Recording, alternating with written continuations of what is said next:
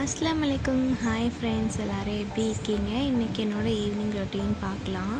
So 4:45க்கு start ஆயிரும். So நான் அப்போவே பாங்கு சொல்லையில் எழுந்திரிச்சிட்டு தலை வாங்கிட்டு அந்த டைமில் பாப்பா தூங்குவாங்க.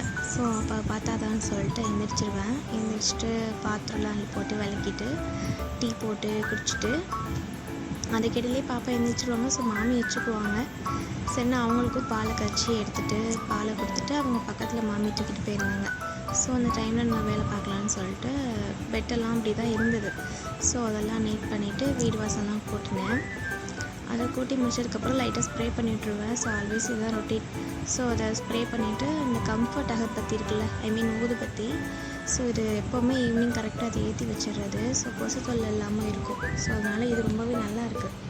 ஸோ அதனால் 2 ரூம்லேயும் எங்கள் ரூம்லேயும் செகண்ட் ரூம்லேயும் ஏற்றி லேம்லைட்டு போட்டுட்டு வந்துடுறது. ஸோ கொசு தொல்லை இருக்காது. ஸோ கண்டிப்பாக ட்ரை பண்ணி பாருங்கள். இது எப்போவுமே வழக்கமாக செய்கிற ஒரு வேலை தான். ஸோ அதுக்கப்புறம் விளக்கணும் பாத்திரம்லாம் இருந்தது. ஸோ அதை அடுக்கிக்கலாம் அப்படின்ட்டு 1 by 1 அடுக்கிட்டு இருந்தேன்.